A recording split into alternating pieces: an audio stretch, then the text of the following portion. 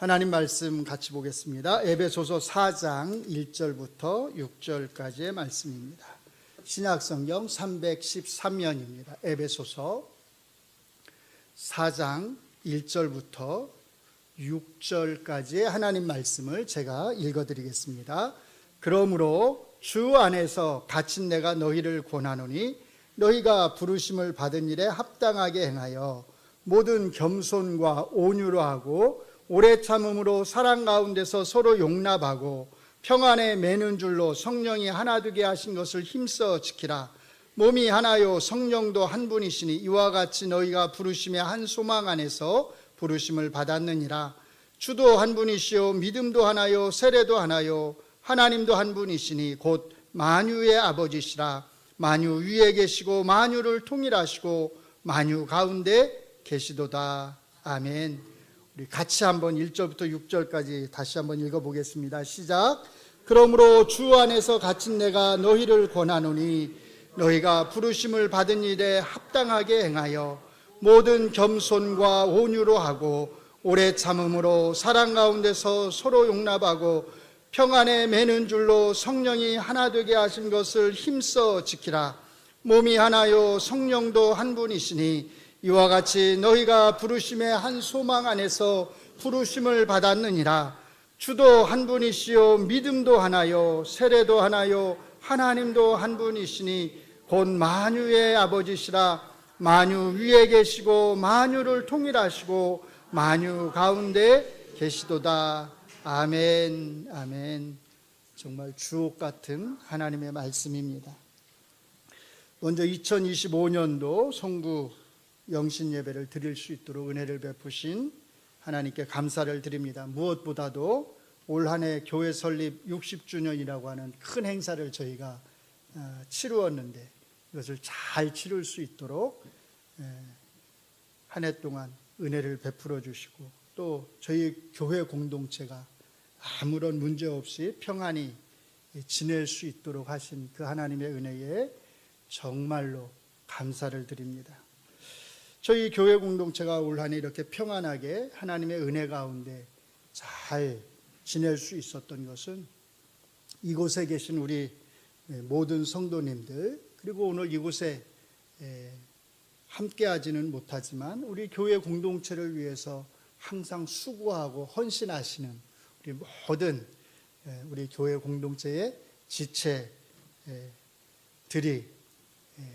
우리와 함께 하였기 때문이라고 생각을 합니다.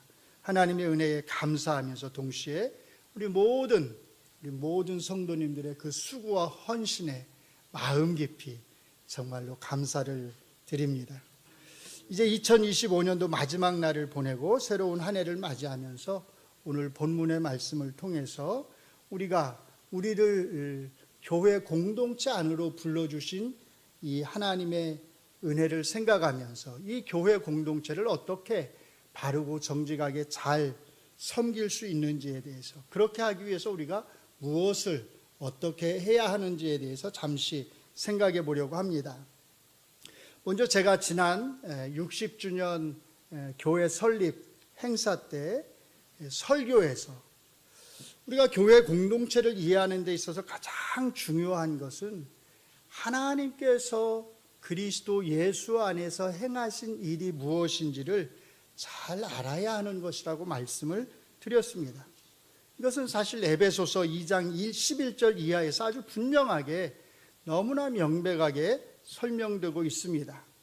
바울 사도의 설명대로 말씀을 드리자면 교회 공동체는 예수님이 십자가 위에서 못 박혀 죽으심으로써 먼저는 유대인과 이방인 서로 원수 관계였던 유대인과 이방인을 서로 화목하게 하시고 이 둘 사이에 있던 막혀있던 이 둘 사이를 가로막고 있던 담을 헐어버림으로써 이 둘 사이를 평화롭게 화목하게 하셨고 그 다음에는 이 둘이 하나가 되어서 한 몸이 되어서 하나님과 적대 관계에 있던 이 둘을 하나님과 화평하게 평화롭게 하심으로써 이 땅에 완전히 새로운 하나의 사회, 공동체, 교회가 탄생하게 되었다는 것입니다.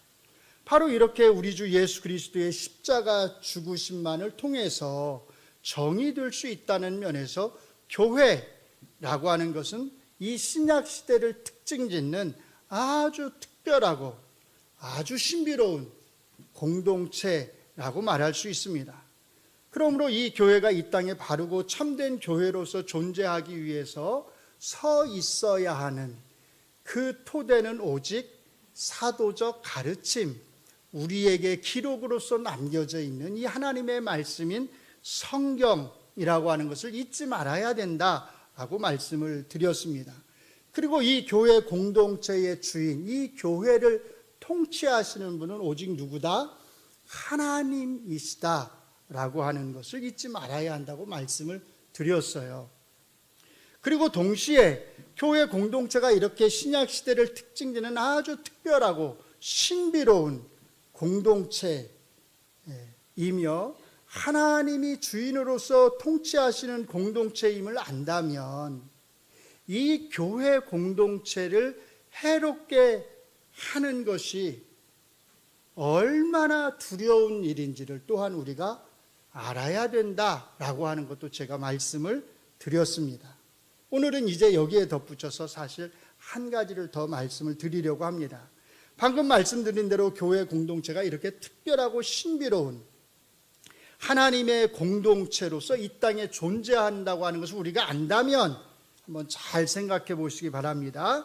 이 교회 공동체 안에 내가, 여러분들 한 사람 한 사람이 이 신비로운 이 특별한 교회 공동체 안에 들어와 있다고 하는 하나님의 백성으로서 이 교회 공동체 안에 소속되어 있다고 하는 이 사실이 얼마나 감사한 일인지, 얼마나 복된 일인지 알아야 합니다.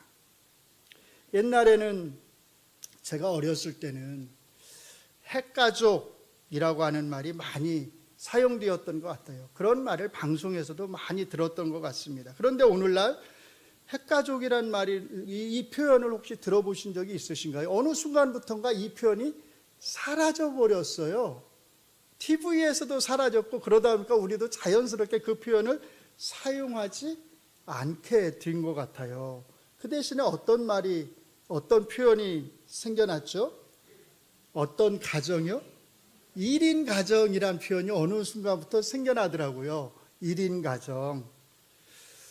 대가족에서 핵가족으로, 핵가족에서 1인 가정으로 이렇게 표현이 바뀌었어요. 한 가정, 한 집에 한 사람만 사는 1인 가정이 많아졌다는 뜻이지요. 그러니까 대가족, 핵가족, 가족 개념에서 무슨 개념으로 바뀐 거예요? 가정 개념으로 바뀌었다는 거예요. 무슨 뜻이냐면 한 집안의 식구들이 한 밥상에 둘러앉아서 함께 식사를 나누는 가족의 개념이 이제는 완전히 다 해체되었다는 것입니다. 가족끼리 뿔뿔이 흩어져서 각자 1인 가정, 혼자 살아가는 1인 가정으로 살아가는 시대라는 것이에요. 그래서 이제는 이런 시대에 맞추어서 생겨난 말이 또 하나 있습니다. 혼자 밥 먹는 사람, 그 뭐 한다고 그래요? 혼밥 한다고 그러잖아요. 이것도 이제 신조어입니다. 혼밥한다. 혼자 사니까 밥도 혼자 먹을 수밖에 없어요. 심지어 직장에 다니는 사람들도 나와서는 뭐 해요? 혼자 밥 먹어요. 혼밥한다고 그래요. 대학생들도 함께 공부하다가 나와서는 뭐 해요? 혼밥을 한다고 그래요. 심지어 같이 한 집에 사는 사람들도 밥 먹을 때는 각자 따로 먹어요. 그래서 어떤 분은 이렇게 말했습니다. 이 시대에 우리가 겪는 모든 비극의 원인은 소속감이 없다는 데에서 생겨난다. 뭐가 없어요? 소속감이 없어요. 다 그냥 혼자서 살아간다고 생각을 하는 거예요. 핵가족이라도 가족으로서 존재한다면 소속감이 있을 텐데 1인 가정으로 다 살아가기 때문에 소속감이 없다는 것입니다. 직장에서 일하는 사람들은 직장에 대한 깊은 소속감, 직장에서 함께 일하는 사람들과의 어떤 깊은 유대감보다는 어느 직장이, 어느 회사가 봉급을 많이 주느냐에 따라서 직장을 자꾸 옮겨 다닌다는 거예요. 그러니까 소속감이 없다는 것입니다. 그러므로 많은 사람들 속에서 풍족하게 살아가는 것 같지만 모두가 다 집에만 들어가면 외로워하고 소외감을 느끼고 이 세상에 나 홀로 있는 것 같은 그런 고독을 느낀다는 것입니다. 참 죄송한 예이지만 세상이 이렇다 보니까 자살을 하는 부모들이 자살을 하면서 극단적인 선택을 하면서 자기 자식을 세상에 맡겨두지를 못하고 어떻게 하냐면 함께 데리고 가려고 한다는 슬픈 이야기를 우리가 듣게 되는 것입니다. 그러나 하나님의 말씀인 성경은 정확히 반대로 우리에게 말합니다. 하나님은 우리를 교회라고 하는 공동체 안으로 부르셨다는 것이에요. 그리고 이 교회라고 하는 공동체 안에서 유대인과 이방인이라고 하는 다양한 민족과 다양한 인종과 다양한 무리의 다양한 출신 배경을 가진 다양한 재능과 다양한 성격의 사람들이 모든 겸손과 온유와 오래 참음으로 어떻게 해요? 서로를 사랑하는 가운데서 서로 용납하고 평안에 매는 줄로 성령에 하나 되게 하신 것을 힘써 지키도록 하셨다는 것입니다. 교회 공동체가 지니고 있는 이러한 독특한 특성, 다양성 속에 하나됨이라고 하는 이 독특한 특성이 가능할 수 있는 두 가지 이유가 있습니다. 하나는 오늘 본문의 앞에서 설명을 합니다. 이 설명은 기도 또는 간구의 표현을 담고 있습니다. 먼저 3장 17절로 19절을 우리가 함께 읽어보겠습니다. 3장 17절로 19절을 같이 읽습니다. 믿음으로 말미암아 그리스도께서 너희 마음에 계시게 하시옵고 너희가 사랑 가운데서 뿌리가 박히고 터가 굳어져서 능히 모든 성도와 함께 지식에 넘치는 그리스도의 사랑을 알고 그 너비와 길이와 높이와 깊이가 어떠함을 깨달아 하나님의 모든 충만하신 것으로 너에게 충만하게 하시기를 구하노라. 아멘. 지식에 넘치는 그리스도의 사랑, 무슨 뜻이냐면 우리의 지식, 우리의 머리로는 이해할 수 없는, 우리의 지식을 초월하는 그리스도의 사랑이라고 하는 뜻입니다. 교회 공동체에 속한 그리스도인으로서 우리가 알아야 하는 것, 그게 뭐지요? 우리의 지식을 초월하는, 우리의 지식으로는 그 너비와 길이와 높이와 깊이가 어떠한지를 헤아릴 수 없는 뭘 아는 거예요? 그리스도의 사랑을 아는 것입니다. 그리고 그 그리스도의 사랑을 가지고 서로를 어떻게 하는 것? 사랑하는 것이라는 거예요. 이 사랑 가운데서 뿌리가 박히고 터가 굳어져서 우리 교회 공동체가 어떤 바람에도 흔들림이 없을 때까지 그렇게 사랑하라는 것입니다. 이 사랑으로 어떤 비바람도 어떤 강풍도 이겨낼 수 있을 정도로 우리는 이 사랑의 뿌리를 그리스도의 사랑 안에 깊이 내려야 한다는 것입니다. 또 하나의 이유는 본문의 4절부터 6절에 걸쳐서 설명합니다. 아마도 보다 더 직접적인 이유라고 할 수 있을 것입니다. 4절부터 6절을 다시 한번 봅니다. 몸이 하나이요 성령도 한 분이시니 이와 같이 너희가 부르심에 한 소망 안에서 부르심을 받았느니라. 주도 한 분이시요 믿음도 하나이요 세례도 하나이요 하나님도 한 분이시니 곧 만유의 아버지시라. 만유 위에 계시고 만유를 통일하시고 만유 가운데 계시도다. 하나, 헬라어로는 헤이스인데요. 이게 몇 번 나오지요?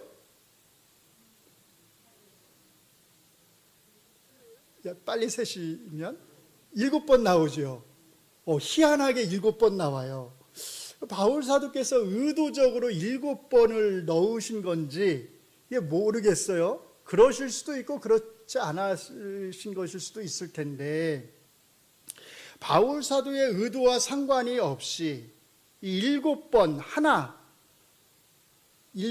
이 헤이스가 7번 나온다고 하는 것은 바울 사도께서 교회 공동체의 하나됨을 얼마나 강조하고 있는지를 우리가 충분히 알 수 있습니다. 더 중요한 것은 이것입니다. 교회 공동체의 하나됨은 어디에 있느냐? 교회 공동체의 하나됨은 교회 탄생의 근원이 되시는 삼위 하나님의 하나되심, 우리가 뭐라고 말하냐면 삼위일체라고 말하는 삼위 하나님의 그 하나되심과 교회 공동체를 특징짓는 것, 오늘 본문의 표현으로 하면 몸, 부르심, 소망, 믿음, 세례, 이 모든 것들이 다 하나다라고 하는 이 사실에 있다는 것입니다. 바꿔 말하면 이 하나됨을 잃어버리는 순간 교회는 더 이상 교회라고 말할 수 없다는 것이에요. 그러므로 바울 사도께서는 우리에게 성령이 하나 되게 하신 것을 힘써 지키라, 이렇게 명령하는 것입니다. 바꿔 말하면 교회의 교회됨을, 교회의 공동체성을 잃어버려서는 안 된다라고 말씀을 하시는 것입니다. 교회의 교회됨, 교회의 공동체성을 잃어버리지 않고 잘 지켜나가기 위한 그 출발점은 내가 교회 공동체 안으로 부름을 받았다고 하는 사실을, 하나님이 나를 개인으로 부르신 것이 아니라 교회 공동체라고 하는 이 안으로 부르셨다는 사실을 바르게 알고 인식하는 것입니다. 하나님이 우리를 부르신 것은 우리로 하여금 하나님하고만 교제를 하도록, 하나님하고만 관계를 맺도록 부르신 것이 아니라는 뜻이에요. 하나님이 우리를 부르신 것은 하나님의 백성으로서 우리가 교회 공동체 안에서 서로 함께 교제를 나누도록, 교통하도록 우리를 부르셨다는 것입니다. 하나님의 이런 뜻을 바르게 알고 실천하는 것이 얼마나 중요한지를 알아야 합니다. 이러한 중요성을 알기에 우리는 예배를 드릴 때마다 매번 반복해서 고백하는 것입니다. 뭐라고요? 성도가 서로 교통하는 것과. 여러분들 매번 고백하시잖아요. 더 정확하게 말하면 나는 믿습니다. 고백하는 거예요. 무엇을요? 성도가 서로 교통하는 것을 믿습니다. 무슨 뜻이에요? 하나님이 나를 부르신 것은, 이 교회 공동체로 부르신 것은 이 교회 공동체 안에서 서로 뭐 하도록요? 교통하도록, 교제하도록 부르셨다는 것을 나는 믿습니다라고 여러분들이 매번 고백을 하시는 것입니다.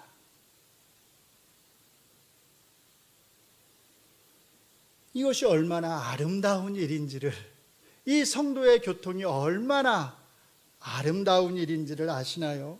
개인적인 생각을 말해서 죄송하지만 저는 교회 공동체로 사는 가장 큰 기쁨 중 하나가 바로 이 성도의 교통이라고 생각을 합니다.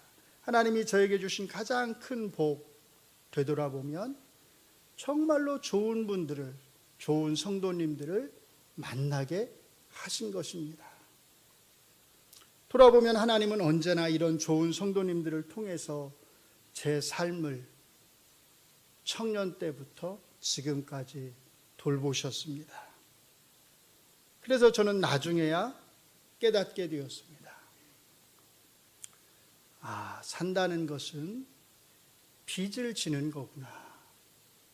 산다는 것은 사랑의 빚을 지는 것이구나.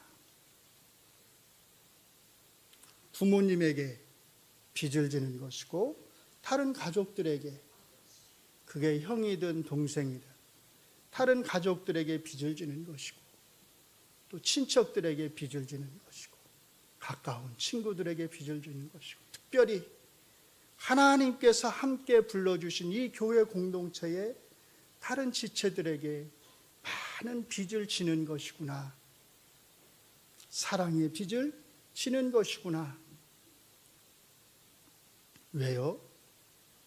교회 공동체의 성도들은 하나님이 나에게 새롭게 주신 30배, 60배, 100배로 내게 갚아주신 나의 부모님들이고 나의 형들이고 나의 누나들이고 나의 동생들이기 때문입니다. 나의 새로운 가족들이기 때문이에요. 그제야 비로소 저는 로마서에서 바울 사도께서 하신 말씀, 너희가 피차 사랑의 빚 외에는 아무 빚도 지지 말라고 하신 그 말씀이 무슨 의미인지를 알게 되었습니다. 제 자신이 하나님의 교회 공동체에 너무나 많은 빚을 지면서 살아왔고 또 지금도 많은 빚을 지면서 살아가고 있기 때문입니다. 그래서 교회 공동체의 도움을 받기를 거절하시는 분에게 저는 아주 담대하게 이렇게 권면을 합니다. 괜찮습니다. 괜찮아요. 이런 사랑의 빚을 지는 것은 괜찮습니다. 대신에 나중에 꼭 다른 사람에게 이 빚을 갚으시면 됩니다. 그렇게 서로에게 사랑의 빚을 지고 그 빚을 또 다른 사람에게 갚으면서 살아가도록 하나님이 우리를 이렇게 함께 부르신 것입니다. 어떤 분은 이렇게 말할지도 몰라요. 목사님, 저는 교회 공동체 안에서 상처를 많이 받았어요. 그래서 교회 공동체에 들어가기가 두렵습니다. 그래요. 그럴 수 있습니다. 그런데 한번 잘 생각해 보세요. 여러분은 여러분의 가족들에게서 한 번도 상처를 받은 적이 없으신가요? 그런 분 계세요? 아마 없을 거예요. 부모님에게서나 형제에게서나 자매에게서나 아마 누구나 한 번쯤은 다 상처를 받은 적이 있을 것입니다. 가족에게서 상처를 받았다고 가족하고 단절하고 관계를 끊고 혼자 살아가지는 않잖아요. 오히려 잘 생각해 보면 어떤가요? 가족에게서 상처를 받은 적도 있지만 사실은 바로 그 가족에게서 가족 때문에 위로를 받고 격려를 받고 새로운 힘을 얻고 그 가족에게서 도움을 받은 적이 사실은 훨씬 더 많습니다. 마찬가지라고 생각합니다. 우리가 교회 공동체로 살다 보면 가끔 누군가로 인해서 상처를 받을 수 있습니다. 그러나 사실은 교회 공동체를 통해서 내가 받은 상처보다 내가 받은 위로와 격려와 도움이 훨씬 크다는 것을 알 수 있습니다. 우리의 가정이 완전하지 않듯이 우리의 교회 공동체도 결코 완전하지 않습니다. 우리가 완전해서 교회 공동체 안에서 상처받을 일이 없다면, 문제될 일이 없다면 오늘 본문의 말씀과 같은 권면은 아마 필요 없었을 거예요. 모든 겸손과 온유로 하고 오래 참음으로 사랑 가운데서 서로 용납해라. 무슨 뜻이겠어요? 우리가 교회 공동체 안으로 부름을 받은 성도들이긴 하지만 아직 부족하고 완전하지 않다는 뜻입니다. 그래서 어떤 분은 오히려 이렇게 말했습니다. 교회가 완전하지 않아서 나는 매우 기쁘다. 왜 기뻐요? 교회가 완전하지 않아서요. 나는 매우 기쁘다. 왜냐하면 만일 교회가 완전하다면 도무지 나는 그 지체가 될 수 없기 때문이다. 그런데 나는 교회의 지체가 되기를 바라기 때문이다. 사랑하는 성도 여러분, 여러분은 교회의 지체가 되기를 바라시나요? 그러면 꼭 두 가지를 기억하시기 바랍니다. 첫째, 교회 공동체 자체가 아직 완전하지 않다는 것입니다.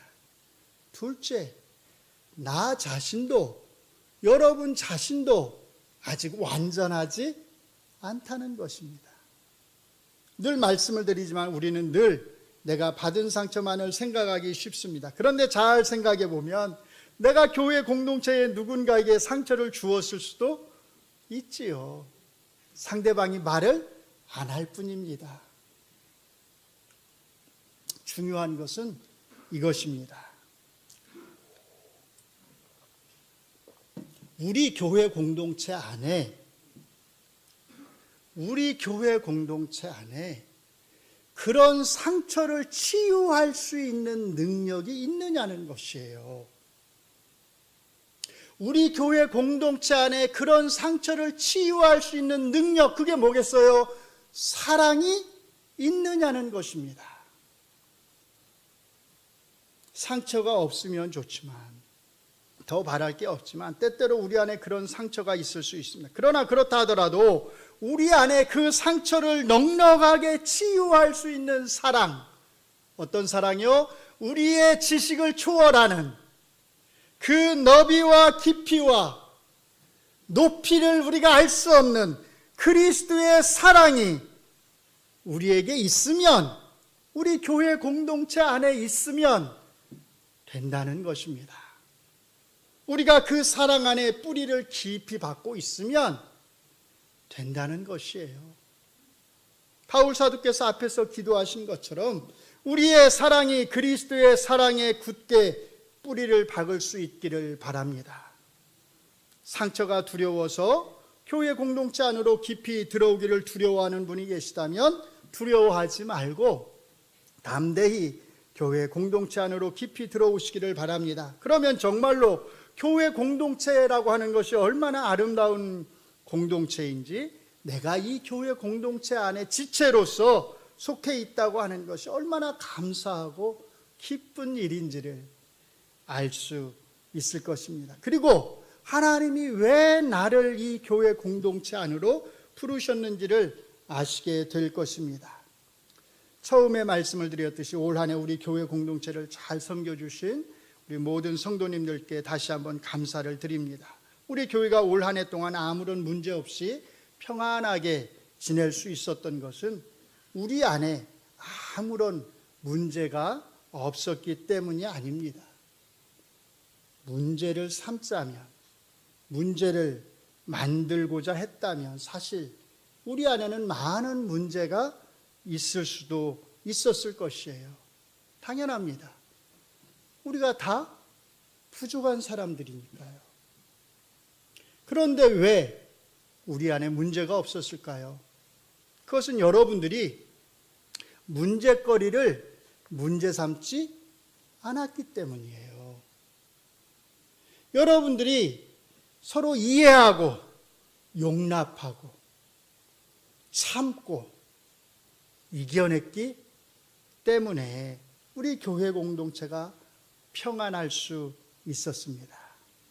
그래서 우리 교회 공동체가 하나됨을 잘 지켜낼 수 있었습니다. 바로 그것입니다. 문제가 생겨도 문제 삼지 않으면 그것은 더 이상 문제가 되지 않습니다. 누군가 잘못을 해도 이해하고 용납하면 문제가 되지 않습니다. 상처가 있어도 그것을 치유할 더 큰 사랑이 있으면 됩니다. 두려워하지 말고 교회 공동체 안으로 더 깊이 들어오셔서 우리를 위해서 십자가에서 죽으신 그리스도의 사랑 안에서 우리 모두가 함께 성도의 교통을 우리가 고백하는 대로 나눌 수 있기를 주의 이름으로 축원합니다. 올 한 해 우리 성도님들이 이 일을 잘 해주셨기 때문에 우리 교회 공동체가 정말로 평안할 수 있었습니다. 그러나 이 일은 우리가 올 한 해만 잘해서는 안 되고 우리가 하나님의 교회로서, 하나님의 교회 공동체로서 이 땅에 존재하는 한 항상 잘해야 하는 일입니다. 올 한 해 잘했다고 우리가 또 아니군요. 12시가 넘었으니까 작년에 잘했다고 또 올해도 잘할 거라고 하는 보장은 없습니다. 그러므로 올해도 우리가 이 일을 잘 해나갈 수 있도록 모든 겸손과 온유로 하고 오래 참음으로 사랑 가운데서 우리 모두가 서로 용납하고 평안에 매는 줄로 성령이 하나 되게 하신 것을 힘써 지키라고 하는 이 하나님의 말씀을 잘 기억하시기 바랍니다. 그리고 서로를 위하여 기도하면서 자기 자신의 악한 마음을, 우리 자신의 악한 마음을 누그러뜨릴 수 있도록 늘 선한 생각과 선한 마음을 갖기 위해서 항상 기도하시고 이 교회 공동체가 오직 하나님을 영화롭게 하는 교회 공동체로 세워질 수 있도록 함께 기도해 주시기를 부탁을 드립니다. 기도하겠습니다. 하나님, 우리를 예수 그리스도의 십자가 피로 구속하셔서 하나님이 통치하시고 우리 주님이 머리가 되시는 이 교회 공동체 안으로 불러주신 것을 감사합니다. 우리로 하여금 그리스도의 사랑의 너비와 길이와 높이와 깊이가 어떠한 것을 깨닫게 하셔서 그 사랑의 뿌리가 박히고 터가 굳어지게 하여 주시옵소서. 이 하나님의 교회 공동체에 속한 모든 성도들이 서로를 향하여 겸손과 온유로 섬기게 하시며 오래 참음으로 사랑 가운데서 서로 용납하게 하시고 평안에 매는 줄로 성령의 하나 되게 하심을 잘 지켜나가게 하여 주시옵소서. 지난 한 해 동안 우리가 비록 부족하지만 이 모든 것을 잘 감당해 나갈 수 있게 하신 것을 감사합니다. 새롭게 시작되는 올 한 해에도 이 모든 일을 잘 감당하기 위하여서 우리가 더 많이 기도하면서 더 많이 하나님을 의지하면서 더 많이 우리의 악한 마음을 성령의 도우심으로 누그러뜨리면서 그렇게 이 교회의 하나됨을 지켜나가게 하여 주시옵소서. 이 교회 공동체 안에 속하게 하신 이 복이 얼마나 큰 복인지를 알고서 이 교회 공동체를 섬기는 일에 최선을 다하게 하시며 서로를 향하여서 사랑의 빚을 함께 지고 함께 갚아나가며 하나님의 영광을 드러내는 교회 공동체가 되게 하여 주시옵소서. 예수님 이름으로 기도합니다. 아멘. 아멘.